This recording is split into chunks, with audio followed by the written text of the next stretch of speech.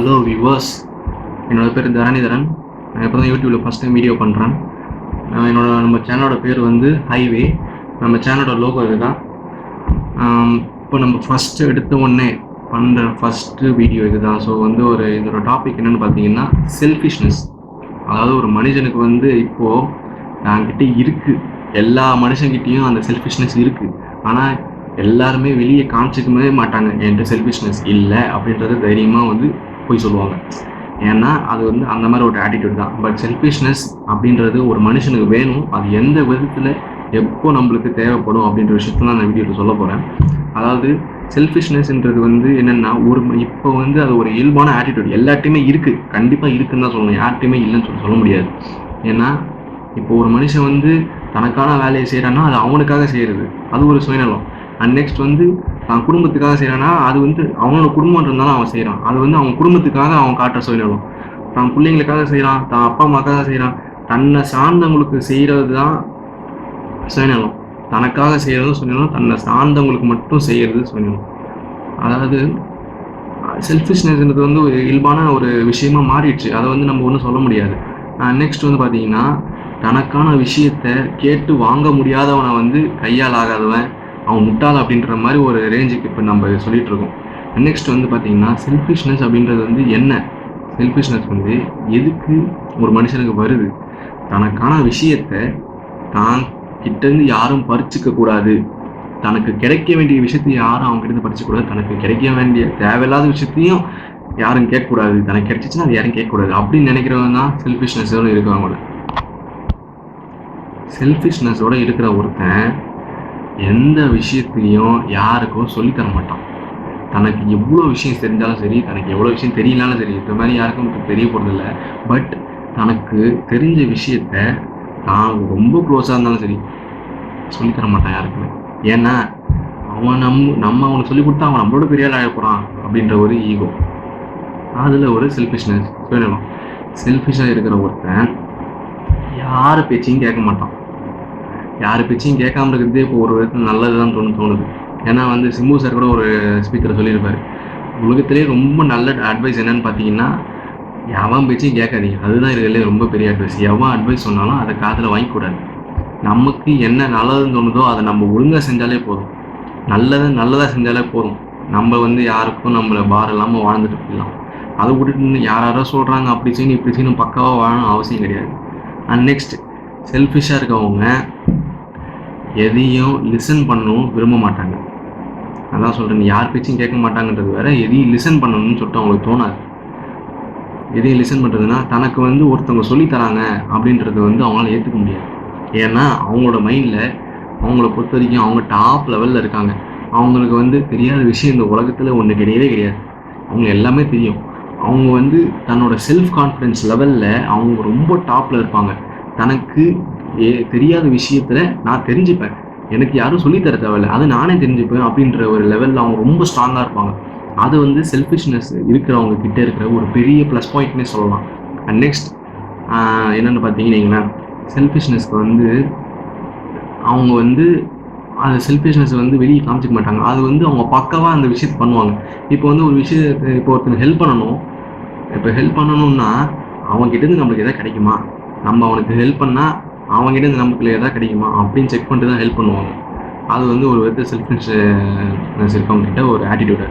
And next அவன் நம்மளுக்கு தேவையில்லை, அவனால் நம்மளுக்கு எந்த பிரயோஜனமும் இல்லை அப்படின்னு தெரிஞ்சு போச்சுன்னா கைட்டி விட்டுருவாங்க.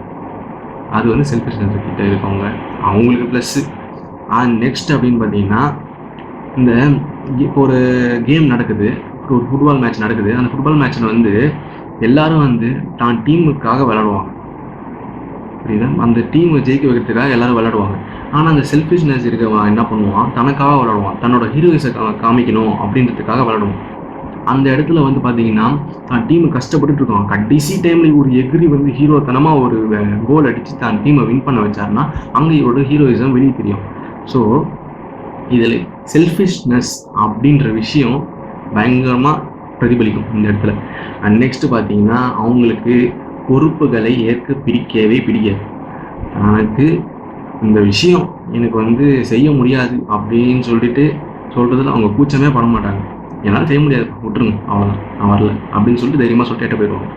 அண்ட் நெக்ஸ்ட் வந்து எப்படின்னா, தான்கிட்ட வந்து எனக்கு ஒரு வேலை கொடுக்குறீங்களா, அது என்கிட்ட அப்படி கொடுத்துட்டாலும் அது வீணாக போச்சு, என்னை கேட்கக்கூடாது அப்படின்னு சொல்லிட்டு ரொம்ப ரொம்ப போல்டாக சொல்லுவாங்க. ஏன்னா அவங்களுக்கு அந்த வேலை தேவையில்லை. சப்போஸ் அந்த வேலையில் ஏதாவது பெனிஃபிட் இருக்குது அப்படின்னு தெரிஞ்சுட்டு கண்டிப்பாக அந்த வேலையை எடுத்துப்பாங்க. கண்டிப்பாக அந்த வேலையை எடுத்து நான் செய்கிறேன் அப்படின்னு சொல்லிட்டு கண்டிப்பாக செய்வாங்க. அது வந்து செல்ஃபிஷ்னஸ் கிட்ட இருக்கவங்களுக்கு அதுவும் அவங்களுக்கு ஒரு ப்ளஸ் பாயிண்ட்.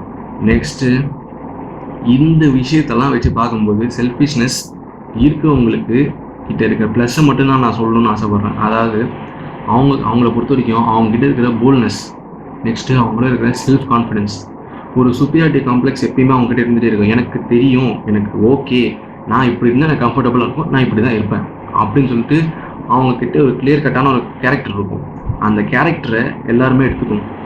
நான் வந்து அவங்களோட ஒரு கிரிட்டிக்கலான ஒரு பொசிஷனுக்கு எடுத்துகிட்டு போக சொல்ல, என்னென்னா அவங்கக்கிட்ட இருக்க ப்ளஸ் பாயிண்ட்ஸை நான் சொல்லணும்னு ஆசைப்பட்றேன். அதாவது செல்ஃபிஷ் பீப்புள் பொறுத்த வரைக்கும் அவங்கள பார்த்தாலே எரிச்சலாக தான் ஆகும் எல்லாருக்குமே, கண்டிப்பாக எல்லாருக்கும் எரிச்சல் ஆகும். ஆனால் இப்போ ஒரு மேரேஜ் நடக்குது, அந்த மேரேஜில் வந்து ஒரு கல்யாணத்தில் ஒரு கச்சேரி நடக்குதுன்னு வைங்களேன். அந்த டைமில் வந்து அங்கே வந்து ஒரு புதுசாக ஒரு கெஸ்ட்டு வராங்க. அந்த கெஸ்ட் ஒன்றும் அவ்வளோ பெரிய இப்பெல்லாம் கிடையாது. அந்த மாப்பிள்ளைக்கு அவன் தூரத்து சொந்தமாக இருப்பான், இல்லை ஒன்று விட்டு மாமா சொந்தமாக அந்த மாதிரி தான் இருப்பான். ஆனால் அவங்க போய் இடத்துல உட்காரணும் அப்படின்னு நினைப்பான். அங்கே கல்யாணத்தில் பந்தி போட்டாங்கன்னா அங்கேயும் ஆளை போய் உட்காரணும். அங்கே இடமே இல்லைன்னா கூட அங்கே இவனே ஒரு தனியாக ஒரு சேனை எடுத்துகிட்டு போய் போட்டு அங்கே உட்காந்து, எப்பா நீ இங்கே டேபிள் போடுப்பா, நான் இங்கே சாப்பிட்டுக்கிறேன் அப்படின்னு சொல்லுவான். அப்போது எல்லார் மனசுலையும், சுற்றி இருக்க எல்லார் மனசுலையும் என்னையா இவன் இப்படி பண்ணுறான் அப்படின்ற ஆட்டிடியூடு அவங்க மைண்டில் போய் நிற்கும். இவன் என்ன இவ்வளோ ஒரு கேவலமான ஒரு ஆட்டிடியூடு வச்சுருக்கான் இப்படி அப்படின்னு சொல்லிட்டு. ஆனால் அங்கே அவனுக்கு நடக்க வேண்டிய வேலை நடக்குதா இல்லையா, அதுதான் மேட்ரு. எனக்கு நடக்க வேண்டிய வேலை முடிஞ்சிச்சு, நான் அதுக்காக எனக்கு வேணும், நான் வச்சுக்கிட்டேன், அவ்வளோதான். அந்த ஆட்டிடியூடு வந்து நான் ஒன்றும் அப்படியே ரொம்ப கேவலமாக கீழ்த்தனமாக இறங்கி ஒரு எக்ஸாம்பிளுக்காக சொல்கிறேன். பட் அவங்களுக்கு வேண்டியது அவங்களுக்கு கிடைச்சிட்டே இருக்கும். கன்ஃபார்மாக சொல்கிறேன், செல்ஃபிஷ்னஸ் இருக்கவங்க எல்லாருக்கிட்டையுமே பார்த்தீங்கன்னா தனக்காக யார்கிட்ட போய் கெஞ்ச மாட்டாங்க. அவங்க எனக்கு இது வேணும், கிடைக்குமா கிடைக்காதா, கிடைக்கலையா அவங்களுக்கு எப்படி கிடைக்கணுமோ அந்த வேலையை பார்த்துட்டு அவங்க செஞ்சுருவாங்க. பட் யாருக்கிட்டையும் அவங்க கெஞ்ச மாட்டாங்க, எந்த வேலைக்காகவும் கஷ்டப்பட மாட்டாங்க. அவங்களுக்கு பிடிச்சா செய்வாங்க, பிடிக்கலாம் விட்டுருவாங்க. அவங்கள பற்றி யாராவது டிஃபால்ட்டாக ஒரு விஷயம் சொன்னால் அதை காதில் வாங்கிக்க மாட்டாங்க.